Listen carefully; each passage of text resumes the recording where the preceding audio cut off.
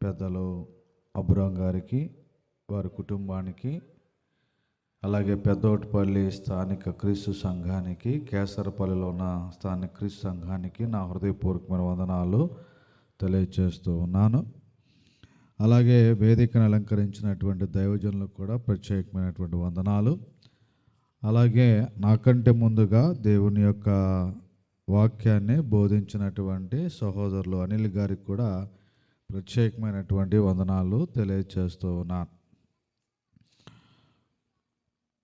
కొద్ది నిమిషాలు దేవుని యొక్క వాక్యాన్ని ధ్యానం చేసుకుందాం. ఇప్పటికే సమయము 9:53 అయింది.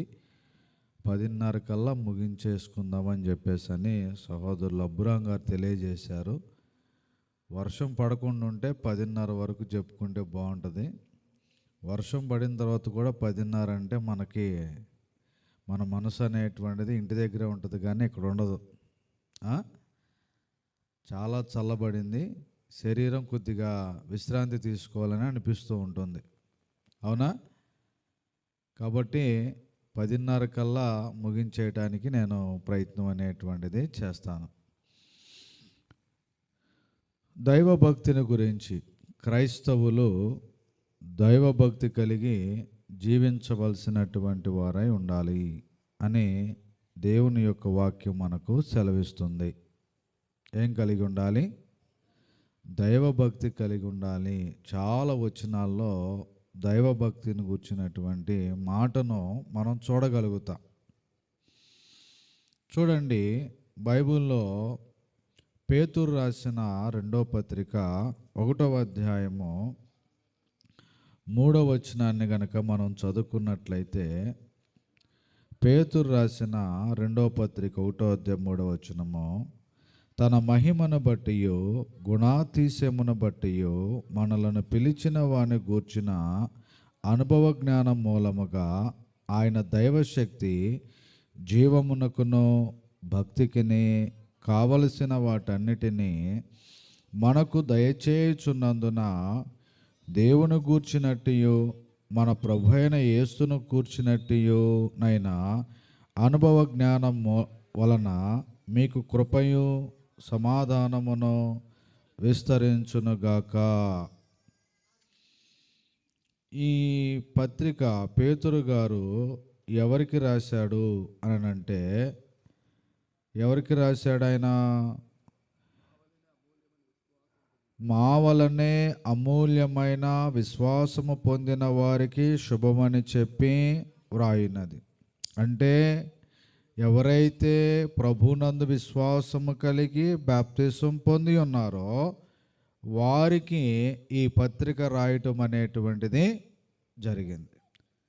కాబట్టి విశ్వాసులైనటువంటి వారందరూ కూడా ఏం కలిగి ఉండాలనంటే భక్తి కలిగి ఉండాలి. ఏ విధమైన భక్తి కలిగి ఉండాలో ఎక్కడ చెప్పబడింది? ఎక్కడ చెప్పబడింది? బైబిల్లో చెప్పబడింది. భక్తిగా జీవించాలి అని అంటే ఎందులో చూసి మనం నేర్చుకోవాలి? ఏమండి, ఎక్కడ చూసి నేర్చుకోవాలి? బైబిల్లో మనం చూసి నేర్చుకోవాలి. కానీ ఈరోజు చాలామంది భక్తి కలిగిన వారుగా ఉంటున్నారు, కానీ అది బైబిల్లో కనబడట్లా. ఆ భక్తి ఎక్కడ కనబడట్లా? బైబిల్లో కనబడట్లా. మీరు మొన్నే రీసెంట్గా గుడ్ ఫ్రైడే, ఈస్టర్ చూసారా? దానికి ముందు కొంతమంది మాలలు వేసుకున్నారు. మరి బైబిల్లో నాకు ఎక్కడ కనపడలేదు అది. మీకేమైనా కనపడిందా? కనబడలేదు నాకు. భక్తికిని జీవమునకును కావలసిన వాటన్నిటినీ కూడా భక్తికి కావలసిన వాటన్నిటిని ఎక్కడ పెట్టాడు? ఎక్కడ పెట్టాడండి? బైబిల్లో పెట్టాడు. అవునా కాదా? అన్నిటినీ పెట్టాడు. ఇంకా మిగతా బైబిల్కి బయట ఏమీ లేదు. కానీ ఈరోజు చాలామంది నేను చాలామంది అంటున్నారు, ఏమంటున్నారనంటే యేసు ప్రభు అంటే నాకు చాలా ఇష్టం అండి, అందుకని 40 రోజులు నేను చెప్పులు లేకుండా నడుస్తున్నా అంటున్నాడు ఆయన. అదే ఆ భక్తి. విమర్శించటం కాదు, నిజంగా నువ్వు దేవుని ఎడల భక్తి కలిగి ఉన్నావని అనుకుంటే, నువ్వు భక్తిగా జీవించాలనుకుంటే నువ్వు ఎక్కడికి రావాలి? దేవుని యొక్క గ్రంథం దగ్గరికి రావాలి. దేవుడు తన భక్తుడు ఎలా ఉండాలో అనేటువంటిది ఎక్కడ చెప్పాడు? ఈ గ్రంథంలో చెప్పాడు. అంతేగాని ఈ గ్రంథం దాటి నువ్వు బయటికి వెళ్ళి ఏమి చేసినా కానీ నువ్వు ఆయనకి భక్తుడివి కాలేవు. అవునా కదా? నువ్వు దేవునికి భక్తుడిగా ఉండలేవు. నేను చదువుకునే రోజుల్లో, అంటే బైబిల్ ట్రైనింగ్ చేసే రోజుల్లో, నేను యవనస్తుడిగా ఉన్నాను. నా అంత సమాన వయసులే నా తోటి వాళ్ళందరూ కూడా. బ్రదరు వస్తారు కదా, నాలుగు దిక్కుల నుండి వస్తూ ఉంటారు కదా. అప్పుడు ఒక అతను అన్నాడు, నాకు యేసు ప్రభు అంటే చాలా ఇష్టం బ్రదర్ అన్నాడు. నేను అనుకున్నాను, ఏంటి అలా చెప్తున్నాడు ఏంటని అనుకున్నా. నిజం బ్రదరు, నాకు యేసు ప్రభు అంటే నాకు చాలా ఇష్టం అన్నాడు. ఎందుకు అలా చెప్తున్నాను అన్న. ఆయన షర్టు తీసి ఏం చేశాడనంటే ఈ భుజం దగ్గర చూపిస్తున్నాడు. ఏంటి అనంటే సిలువు కాల్చుకొని, ఇనప సిలువు ఉంటుంది కదా, అది కాల్చుకొని ఎడబెట్టుకున్నాడు, అంటించుకున్నాడు. ఇక్కడ కూడా అంటించుకున్నాడు. ఏంటి అనంటే యేసు ప్రభు అంటే నాకు చాలా ఇష్టం, యేసు ప్రభు అంటే నాకు చాలా భక్తి అంటున్నాడు. యేసు ప్రభు అలా కాల్చుకోమని అని చెప్పాడా? అవునండి, చెప్పలేదు. ఇవాళ చాలామంది అలా చేస్తున్నారు. అంటే ఇవాళ నేను ఎందుకు ఈ విషయాన్ని మీకు తెలియజేస్తున్నానంటే, భక్తి కాదన్న దానిని భక్తి అని అనుకుంటున్నారు. నేను మొన్న ఒక ఆయన ఇలాగే మాల వేసుకుని ఉంటే, క్రైస్తవులకు సంబంధించిన మాల వేసుకుంటే, ఆ వ్యాపారం చేస్తున్నాడు, బొప్పాయికాయల వ్యాపారం చేస్తుంటే నేను ఆయన అడిగా, మాకు నోరు ఆగదులేండి, ఎందుకంటే వాళ్ళు తప్పు చేస్తున్నారు కదా, దేవునికి వ్యతిరేకమని చేస్తున్నారు, నచ్చదు అది, తట్టుకోలేక అడిగా, ఎక్కడ నీ విరుముళ్ళు ఎక్కడా అని అడిగా. మాల వేసుకున్న తర్వాత ఏం చేయాలండి? విరుముళ్ళు పెట్టుకోవాలి. ఎక్కడ అన్న, ఇప్పుడే ఆలోచన చేయలేదని అంటున్నాడు. నాకు అనిపించింది, బుద్ధి లేదు నీకు అని అనిపించింది నాకు. కొంతమంది నడుచుకుంటూ వెళ్తున్నారండి గుణదల కొండకి, విరుముళ్ళు అని చెప్పి. దేవుని వాక్యానికి వ్యతిరేకంగా వాళ్ళు చేస్తున్నారు. అది భక్తి అని అనుకుంటున్నారు, కానీ దేవుని నామానికి వాళ్ళు అవమానం తీసుకొస్తున్నారు. కాబట్టి ప్రియులారా, గమనించండి, మీరు దేవుని ఎడల భక్తి కలిగి ఉండాలనుకుంటే మనుషులు చెప్పినటువంటి మాటలు కాదు, మీరు ఎక్కడికి రావాలని అంటే దేవుడు చెప్పినటువంటి మాటల దగ్గరకు మనం రావాలి. ఈ గ్రంథం దగ్గరికి రావాలి. అది గ్రంథం ఏం చెప్తుంది, దేవుని వాక్యం ఏం చెప్తుంది, దేవుని ఎడల భక్తి కలిగినటువంటి వాడు ఎలా జీవించాలనేటువంటిది దేవుని యొక్క వాక్యం తెలియజేస్తుంది. భక్తి కలిగిన వాడు ఎలా ఉంటాడండి? యాకోబు రాసిన పత్రికలో తెలియజేస్తున్నాడు. యాకోబు రాసిన పత్రిక 1వ అధ్యాయము 27వ వచనాన్ని మనం చదువుకుందాం. యాకోబు రాసిన పత్రిక 1వ అధ్యాయం 27వ వచనం. ఈ యాకోబు ఎవరనంటే సాక్షాత్తు ప్రభు అయిన యేసు క్రీస్తు వారి యొక్క సహోదరుడు, తల్లి అయిన మరియా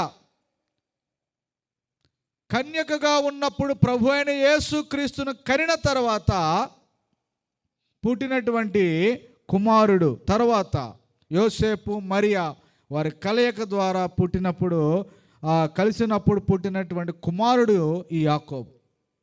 ఆయన సహోదరుడు.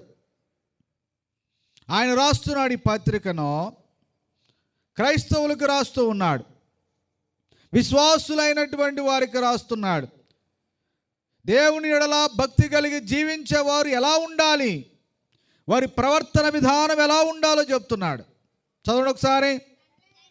తండ్రి అయిన దేవుని ఎదుట పవిత్రమును నిష్కళంకమైన భక్తి ఏదనగా దిక్కులేని పిల్లలను విధవరాండ్రను వారి ఇబ్బందులలో పరామర్శించుటయే.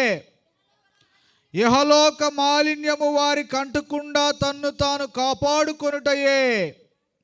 దేవుని ఎదుట నిజమైనటువంటి భక్తి, పవిత్రమైనటువంటి భక్తి ఏది అనగా విధవరాండ్లను దిక్కులేని పిల్లలను వారి ఇబ్బందులలో పరామర్శించాలి. వారికి ఏం చేయాలండి? పరామర్శించడం. బాగున్నావమ్మా, బాగున్నావా అంటవేనా? వారి ఇబ్బందులలో సహాయం చేయాలి. వారి అవసరతల్లో నువ్వు సహాయం చేయాలి. నిజంగా నువ్వు దేవుని యెడల భక్తి కలిగిన వాడవైతే, భక్తి కలిగినటువంటి స్త్రీ అయితే, నువ్వు భక్తురాలు అయితే నువ్వేం చేయాలి? విధవరాండ్లను దిక్కులేని పిల్లలకు నువ్వు సహాయం అనేటువంటిది చేయాలి. చేస్తున్నాం మనం. చేయకపోగా వాళ్ళని బాధ పెడుతున్నాం మనం. ఎవరిని? విధవరాండ్లను దిక్కులేని పిల్లలను ఏం చేస్తున్నాము? బాధ పెడుతూ ఉన్నాం. బాధ పెట్టవచ్చా? వాళ్ళని బాధ పెట్టకూడదు.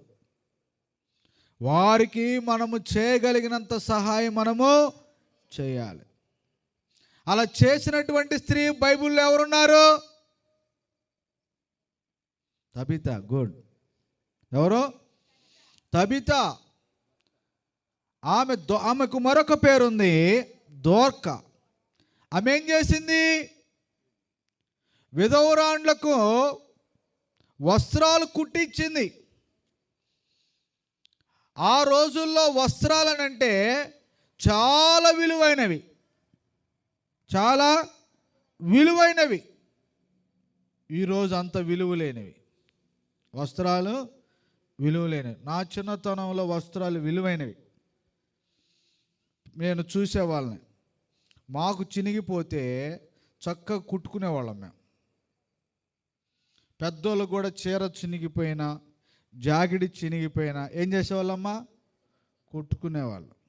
ఇంకా బాగా చినిగిపోతే ఏదో పాత గుడ్డ తీసి ఆడ కుట్టుకునేవాళ్ళు, మాసికేసేవాళ్ళు.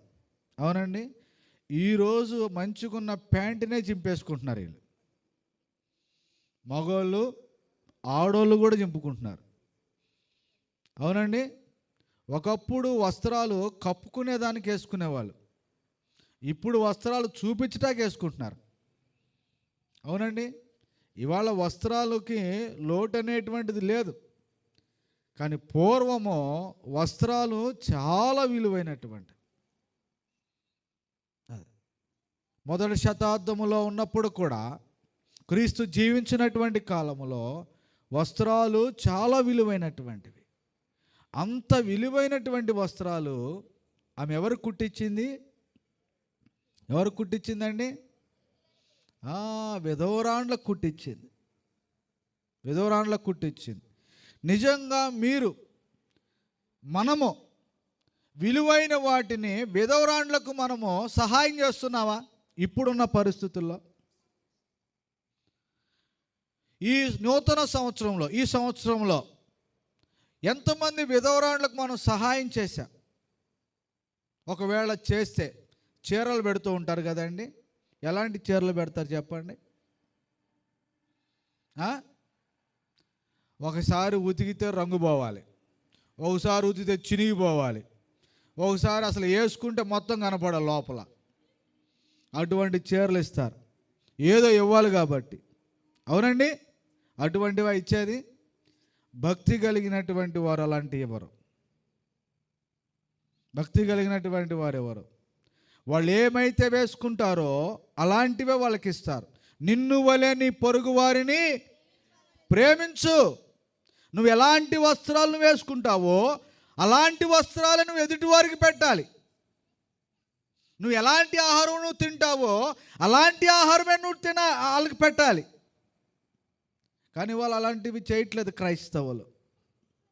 మనకొకలాగా, విధవరాళ్ళకు ఒకలాగా, దిక్కులేని పిల్లలకు ఇంకొకలాగా మనం చేస్తూ ఉంటాం. చేయట్లేదా? మనం ఇంట్లో తినే రైస్ వేరు, బయట పెట్టేటువంటిది రైస్ వేరు. అవునా కదా? అటువంటివి మనం చేయకూడదండి. ఒకవేళ మనుషులు చూడకపోవచ్చునేమో, దేవుడు చూస్తున్నాడు. రహస్యమందు చూచు తండ్రి నీకు ప్రతిఫలం ఇవ్వాలి అని అంటే, నువ్వేం తింటున్నావో, నువ్వేస్తున్నావో అదే వాళ్ళకి నువ్వు ఇవ్వాలి. అదే భక్తి, నిజమైనటువంటి భక్తి. కానీ ఈరోజు అటువంటి భక్తి కలిగి ఉంటున్నాం మనం. కానీ ఈరోజు మనం ఎప్పుడు కూడా ఏం చేస్తున్నామంటే తీసుకోవటమే అయిపోతుంది. పుచ్చుకొనుట కంటే ఇచ్చుట ధన్యం అన్నాడు. అవునా కాదా? కానీ వాళ్ళ పుచ్చుకోవటం అయిపోతుంది, కానీ ఇవ్వడం అనేటువంటిది, సహాయం చేయటం అనేటువంటిది ఈరోజు మనకి ఉండటం లేదు ప్రియులారా. సహాయం చేసేటువంటి గుణం మనం కలిగి ఉండాలి.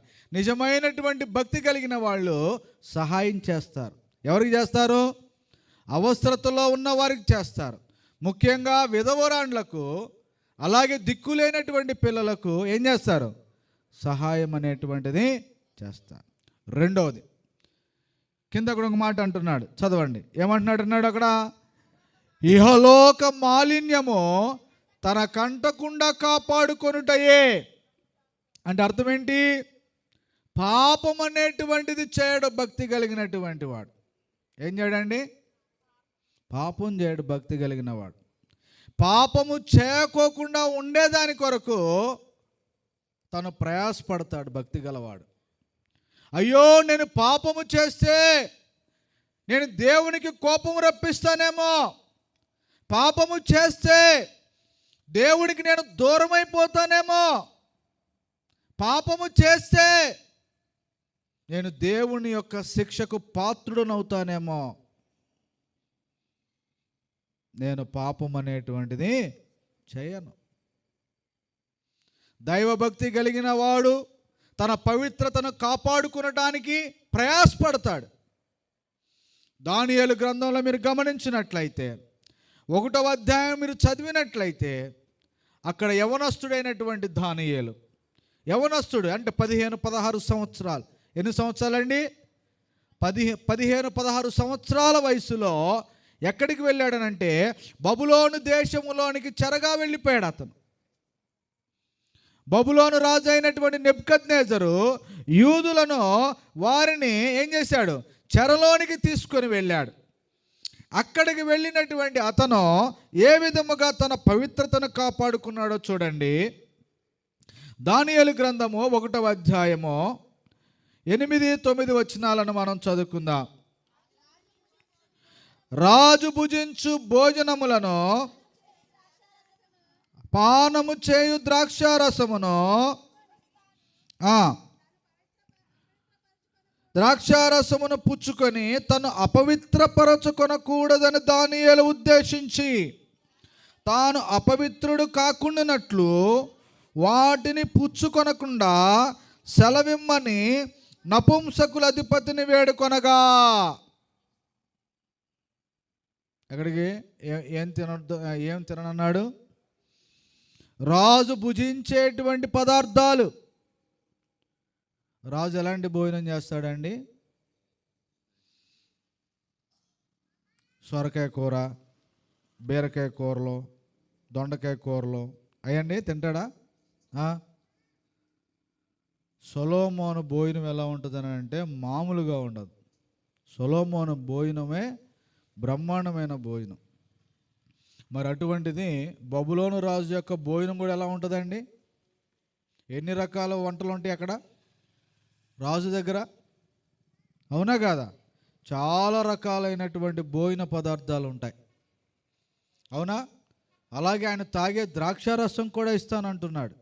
రాజు తినే ఆహారము, రాజు తాగే ద్రాక్షారసం ఇస్తానంటుంటే దానియేలు ఏమంటున్నాడండి? అమ్మో, నేను తినను, నేను త్రాగనని అంటున్నాడు. ఎందుకని?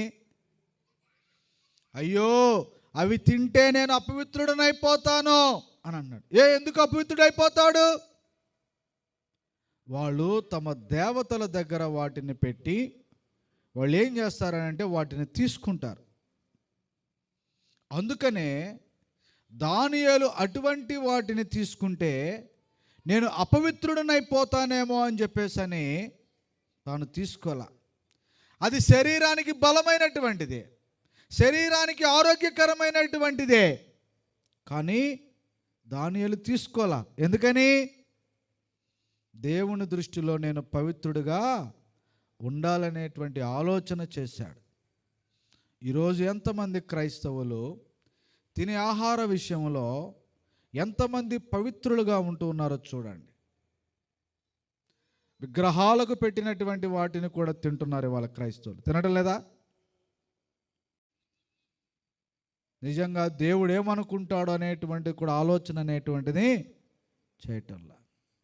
కానీ 15-16 సంవత్సరాల వయసులో ఉన్నటువంటి దానియేలు దేవుని దృష్టిలో నేను అపవిత్రుడుగా ఉండకూడదనేటువంటి భావన కలిగి రాజు తినేటువంటి ఆహారం తినలేదు. అది మాత్రమే కాదు, ఇంకో మాట కూడా చూడండి. నువ్వు తినకపోతే నువ్వు అందవికారంగా ఉంటావు, నీ మొహం అంతా బాడైపోతుంది. అప్పుడు కనుక నిన్ను చూసినటువంటి రాజు ఏం చేస్తాడనంటే నాకు మరణశిక్ష అనేటువంటిది విధిస్తాడని దానియేలు పైన ఉన్నటువంటి అధిపతి అంటాడు. అయ్యా ఇదిగో నా దేవుడు అటువంటి వాడు కాదు, ఒక్క 10 రోజుల అవకాశం నాకు శాకాహారం పెట్టు, ఆ తర్వాత నా ముఖం చూడు, బాగోపోతే అప్పుడు నువ్వు నచ్చినట్టుగా నువ్వు చెయ్యి అని అన్నాడు. నిజంగా 10 రోజులు చూశాడు అధిపతి. ఆ 10 రోజుల్లో వాళ్ళకన్నా ఈయన మొహం చాలా సౌందర్యంగా కనబడింది. కాబట్టి ప్రియులారా గమనించండి, నిజంగా భక్తి అనేటువంటిది ఏమిటనంటే దేవుని ఎదుట తన పవిత్రతను ఏం చేయాలి? కాపాడుకోవాలి. దేవుని దృష్టిలో పాపం అనేటువంటిది మనం చేయకూడదు. అది ఆహార విషయంలోనే కానీ పానీయము విషయంలోనే కానీ ఎటువంటి పాపం అనేటువంటిది మనము చేయకూడదు. యోసేపుని మీరు గమనించండి. పోతీఫరు యొక్క భార్య తనతో సైనించమని చెప్పినప్పుడు యోసేపు ఏమన్నాడు? అయ్యో నేను ఇంత ఘోరమైన పాపము చేసి దేవుని ఎదుట పాపమును మూట కట్టుకొందునా అని చెప్పేసాను అన్నాడు. ఇంత ఘోరమైన దుష్కార్యము చేసి దేవుని ఎదుట పాపమును నేను మూట కట్టుకొందునా అన్నాడు. నిజంగా తను వ్యభిచారం చేశాడా? చేయలేదు. చూడండి ప్రియులారా, కాబట్టి తన పవిత్రతను కాపాడుకున్నాడు. అతను భక్తి కలిగినటువంటి వాడు.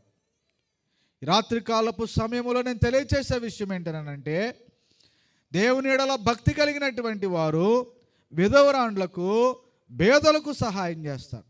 భక్తి కలిగిన వారు తమ పవిత్రతను ఏం చేస్తారు? కాపాడుకుంటారు. అది మాత్రమే కాదు, భక్తి కలిగిన వారు ఎలా ఉంటారని అంటే ఇక్కడ చెప్తున్నాడు చూడండి. కీర్తనల గ్రంథము 50వ కీర్తన, కీర్తనల గ్రంథము 50వ కీర్తన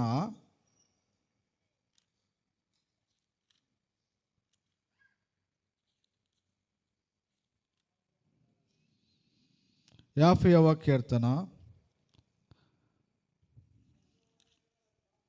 16-17 వచనాలను మనం చదువుకుందాం.